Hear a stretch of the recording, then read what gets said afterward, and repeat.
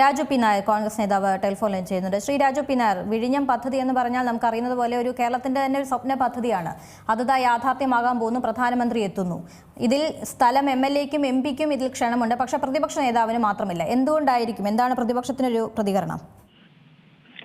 കേരളത്തിലെ സ്വപ്ന പദ്ധതി എന്ന് പറയുമ്പോൾ അതിനകത്ത് മറ്റൊരു പ്രത്യേകതയുണ്ട്. ആ സ്വപ്നം കണ്ടത് UDF ആയിരുന്നു എന്നുള്ളത് കൂടിയുണ്ട്. കാരണം LDF അതിനെ അന്ന് കടൽക്കൊള്ള എന്ന് വിശേഷിപ്പിച്ചുകൊണ്ട് അവിടെ ഇല്ലാ കഥകൾ മെനഞ്ഞും 6000 കോടിയുടെ പദ്ധതിക്ക് 6000 കോടിയുടെ അഴിമതി ഉന്നയിച്ചും ആ സ്വപ്നത്തെ തകർക്കാൻ ശ്രമിച്ചു. അതൊക്കെ സ്വപ്ന പദ്ധതി എന്ന് പറയുമ്പോൾ UDF കണ്ട സ്വപ്നവും UDF നടപ്പിലാക്കിയ സ്വപ്നവും കൂടിയായിരുന്നു അത്.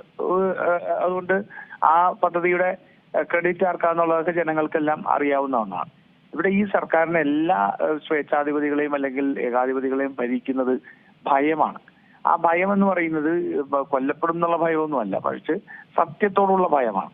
ഈ കഴിഞ്ഞ വിഴിഞ്ഞം പദ്ധതിയുടെ കമ്മീഷനിങ്ങിന്റെ സമയത്ത് പ്രതിപക്ഷ നേതാവ് പങ്കെടുത്തിരുന്നു. പ്രതിപക്ഷ നേതാവ് പങ്കെടുത്തപ്പോൾ അവിടെ വെച്ചുകൊണ്ട് ആ വിഴിഞ്ഞം പദ്ധതി എങ്ങനെയാണ് ആവിഷ്കരിച്ചതെന്നും അതിന് ഏറ്റവും പ്രധാനപ്പെട്ട പങ്കുവഹിച്ചത് ആരാണെന്നും ഒക്കെ ഉള്ള സത്യം അദ്ദേഹം അവിടെ വിളിച്ചു പറഞ്ഞു. അപ്പൊ അങ്ങനെ പ്രധാനമന്ത്രി പങ്കെടുക്കുന്ന ഒരു വേദിയിൽ വെച്ച് ഇവർ ഈ സംസ്ഥാനത്ത് ജനങ്ങളെ തെറ്റിദ്ധരിപ്പിക്കുന്നതിന് വേണ്ടിയിട്ട് ഉണ്ടാക്കുന്ന ഒരു കള്ള നറേറ്റീവ് ഉണ്ട്, ഫേക്ക് നറേറ്റീവ് ഉണ്ട്. എല്ലാത്തിലും വികസന കാര്യങ്ങളിലെല്ലാം ഇത്തരത്തിലുള്ള ഫേക്ക് നറേറ്റീവ് ഉണ്ടാക്കുന്നത്. ഇപ്പൊ സംസ്ഥാനത്ത് നാഷണൽ ഹൈവേയുടെ ഭാഗമായിട്ട് കാസർഗോഡ് മുതൽ തിരുവനന്തപുരം വരെ 4-വരിപ്പാത പൂർത്തിയാകുമ്പോ അത് ഞങ്ങളുടേതാണ് എന്ന് ജനങ്ങളോട് കള്ളത്തരം പറയുന്ന ഒരു സമീപനമുണ്ട്. അതിന് ഏകദേശം 5000 കോടി സ്ഥലമെടുപ്പിന് വേണ്ടി പണം കൊടുത്തു എന്നുള്ളത് കൊണ്ടാണ് ഈ പറയുന്ന ഇത്രയും ദൂരത്തുള്ള ഹൈവേ ഞങ്ങൾ ഉണ്ടാക്കി എന്നുള്ള കള്ളത്തരം പറഞ്ഞുകൊണ്ടിരിക്കുന്നത്. അത് 2010 ആ പദ്ധതിക്ക് സ്ഥലമേറ്റെടുക്കൽ നിർത്തിവെച്ചത് VS അച്യുതാനന്ദനായിരുന്നു. അപ്പൊ അത്തരത്തിലുള്ള സാഹചര്യങ്ങളെല്ലാം നിൽക്കുമ്പോൾ ഈ കള്ളത്തരം പറഞ്ഞ് ജനങ്ങളെ തെറ്റിദ്ധരിപ്പിക്കുക എന്നുള്ളതാണ്. അപ്പൊ ഇവർക്ക് സത്യത്തെ ഭയമാണ്. ആ ചടങ്ങിൽ പ്രതിപക്ഷ നേതാവ് VD സതീശൻ പങ്കെടുത്താൽ കഴിഞ്ഞ തവണത്തെ പോലെ ആ വിഴിഞ്ഞം പദ്ധതിയുടെ യഥാർത്ഥ വസ്തുത എന്താണെന്നുള്ളതും അതാര് കണ്ട സ്വപ്നമായിരുന്നതും അത് ആരുടെ കുഞ്ഞായിരുന്നു എന്നുള്ളത് അദ്ദേഹത്തിന്റെ പ്രസംഗത്തിൽ പരാമർശിക്കപ്പെടുമല്ലോ സ്വാഭാവികമായിട്ട്. അത് തീർച്ചയായിട്ടും പിണറായി വിജയനെ പോലൊരു ഏകാധിപതി ഈ കള്ളത്തരം കൊണ്ട് ജനങ്ങളെ തെറ്റിദ്ധരിപ്പിക്കാൻ നോക്കുന്ന പിണറായി വിജയൻ അത് സഹിക്കാൻ കഴിയത്തില്ല. അത് പറയാൻ അവിടെ വെച്ച് മറുപടി പറയാൻ കഴിയാത്ത സാഹചര്യം ഉണ്ടാവും. അപ്പൊ അതുകൊണ്ട് VD സതീശനെ ഒഴിവാക്കുക എന്നുള്ളത് ഇവർ ഈ സംസ്ഥാനത്ത് ജനങ്ങളെ തെറ്റിദ്ധരിപ്പിക്കുന്നതിന് വേണ്ടിയിട്ടുള്ള കള്ള നറേറ്റീവ് ഉണ്ടാക്കുന്നതിന്റെ ഭാഗമായിട്ട് മാത്രമാണ് ഞങ്ങൾ കാണുന്നത്. അതല്ലാതെ VD സതീശൻ അവിടെ എത്തിയത് കൊണ്ട് പ്രതിപക്ഷ നേതാവ്, കേരളത്തിന്റെ പ്രതിപക്ഷ നേതാവ് പ്രധാനമന്ത്രി പങ്കെടുക്കുന്ന ഒരു ചടങ്ങിൽ എത്തുന്നതുകൊണ്ട് എന്താ കുഴപ്പം?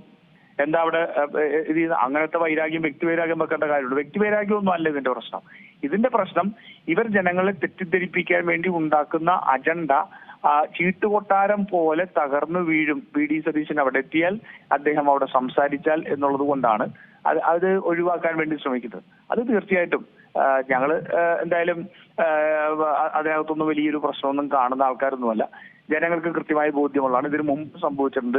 കൊച്ചി മെട്രോ ആവിഷ്കരിച്ച് പണം ജയിക്കിൽ നിന്ന് കണ്ടെത്തി അതുകൊണ്ടൊന്ന് തുടങ്ങി വെച്ച് ആദ്യത്തെ റീച്ച് വരെ പൂർത്തിയാക്കിയതിനു ശേഷം പോയ ഉമ്മൻചാണ്ടിയെ പിണറായി വിജയൻ വന്ന് ഉദ്ഘാടനം ചെയ്തപ്പോൾ ആ ഉമ്മൻചാണ്ടിയെ പോലും പങ്കെടുപ്പിച്ചില്ലല്ലോ.